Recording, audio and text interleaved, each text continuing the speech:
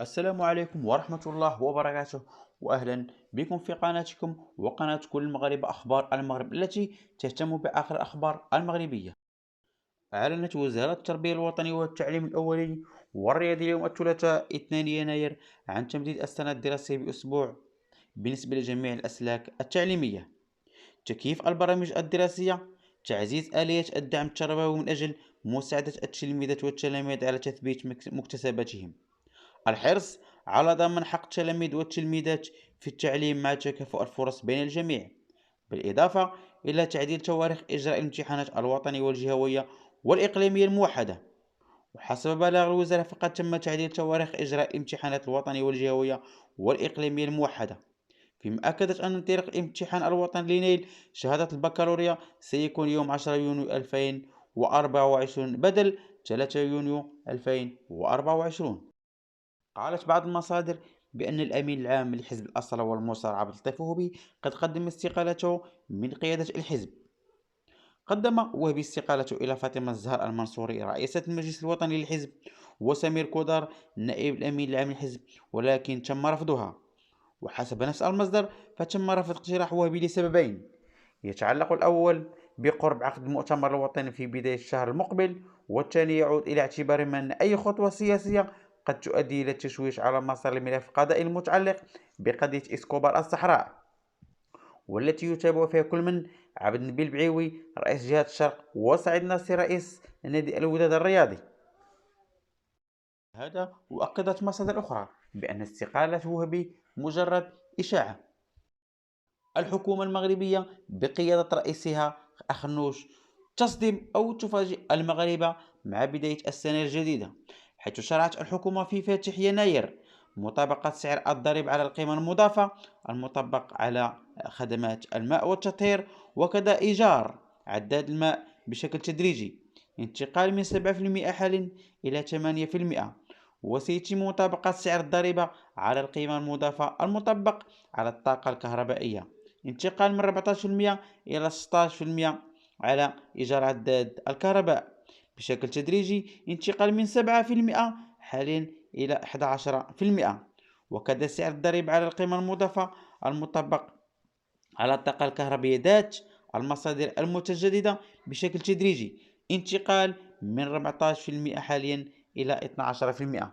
ونص قانون المالية كذلك على مطابقة سعر الضريبة على القيمة المضافة المطبق على السكر المصفى بشكل تدريجي من 7% حاليا إلى 8%، وسعر الضريبة على القيمة المضافة والمطبق على السيارة الاقتصادية من 7% إلى 10%، وسعر الضريبة على القيمة المضافة المطبق على عملية نقل المسافرين والبضائع بشكل تدريجي من 14% إلى 16%.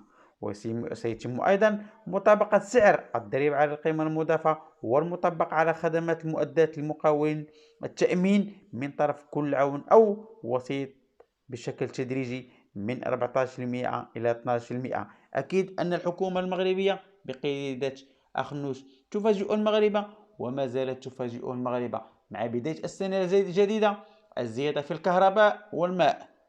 شكرا لكم حكومتنا الموقرة. فتحت فرقة الشرطة القضائية بمنطقة أمن سيدي البرنوسي بالبيضاء بحثا قضائيا تحت إشراف النيابة العامة المختصة مساء أمس الاثنين فاتح يناير، وذلك لتحديد ظروف وملابسات إقدام مجموعة من المحسوبين على فاز الإطارات المشجعين على عدم الامتثال وتعريض سلامة المواطنين وموظفي الشرطة لتهديد خطير بواسطة أسلحة بيضاء وشهوب نارية. وكانت الدورية للشرطة قد دخلت لمنع اصطدام عنيف بين مجموعتين متنافستين من فصائل الإلترات المشجعين بمنطقة البرنوسي البيضاء، غير أن مجموعة منهم رفضت الامتثال وحاولت أحد أفرادها الاعتداء على موظفي الشرطة باستعمال الشهوب النارية قبل أن يتم ضبطه، ويحاول مرافقه تعنيف عناصر الشرطة في محاولة لمقاومة عملية التوقيف. هو الأمر الذي اضطر معه ضابط أمن لاستخدام سلاحه الوظيفي وإطلاق عدة عيارات نارية مكنت من إعادة فرض نظام بعين المكان. وقد مكن هذا الاستعمال الاضطراري للسلاح الوظيفي من تحديد الخطر الناتج عن المشتبه فيهم وتوقيف 9 من بينهم، كما أسفرت عن إصابة 2 من المشتبه فيهم، ومقدم شرطة من عناصر الدوري بشظايا عيارات نارية على مستوى أطرافها العليا. وقد تم نقل المشتبه فيهما وموظف الشرطة المصابين للمستشفى من أجل تلقي العلاجات الضرورية، فيما تم إخضاع باقي الموقوفين للبحث القضائي التي تشرف عليه النيابة العامة المختصة، وذلك قصد تحديد كافة الظروف والملابسات المحيطة بهذه القضية وتوقيف كافة المتورطين فيها. يبدو أن ملف إسكوبار الصحراء مرشح لكشف أسماء مسؤولين وشخصيات جديدة متورطة في ملف تفوح منه رائحة الفساد أفضت إلى فتح تحقيقات قضائية بشأنها. وفي هذا الصدد أفادت مصادر بأن رئيس نادي الوزراء الرياضي سعد النصيري قبل الاعتقال وضع كاميرا مراقبة في الفيلا الخاصة به، ومن المرجح أن تكون دليلا على تورط مشاهير في ملفات وممارسات بأفعال مشبوهة.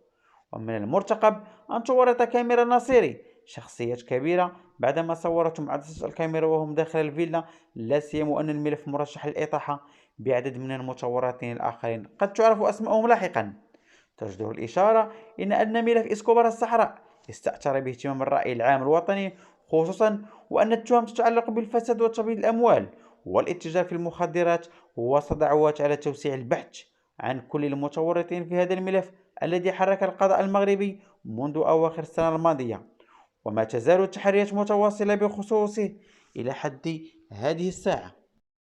تمكنت عناصر المصلحة الولائية للشرطة القضائية بمدينة طنجة بتنسيق مع مصالح الأمن الوطني بميناء طنجة المتوسط اليوم الثلاثاء من إجهاض عملية التهريب الدولي للمخدرات القوية عبر ميناء طنجة المتوسط، وحجز ما مجموعه طن و488 كيلوغرام و80 كيلوغرام من مخدر الكوكايين. وذكر بلاغ المدير العام للأمن الوطني أنه قد تم تنفيذ هذه العملية النوعية بتنسيق مع المصالح الأمنية الإسبانية، وذلك في إطار علاقة التعاون العملياتي والمشتركة لمكافحة عملية التهريب الدولي لمخدر الكوكايين وتحييد مخاطر وتهديدات شبكات الجريمة المنظمة العابرة للحدود الوطنية. وأضاف المصدر ذاته أنه قد تم ضبط هذه الشحنة من مخدر كوكايين مكون من 1277 صحيفة ضمن حاوية كانت على متن باخرة للنقل البحري تحمل على علم دولة أوروبية انطلقت من أحد الموانئ بدولة أمريكا الجنوبية متوجهة نحو وجهتها النهائية بإحدى الموانئ في تركيا. وأشار البلاغ إلى أنه في المقابل تجري مصالح الشرطة القضائية بحثا تحت إشراف النيابة العامة المختصة، وذلك للكشف عن جميع الأشخاص المرتبطين بالشبكة الإجرامية المتورطة في محاولة تهريب هذه الشحنة من مخدر الكوكايين، وكذا تحديد تقاطعاتها وارتباطاتها الإقليمية والدولية. أكيد أن في هذه الأيام كثر المخدرات، وأكيد أن السلطات المغربية تعمل كل ما في جهدها من أجل منع هذه المادة السامة التي تدمر أبناء الشعب المغربي.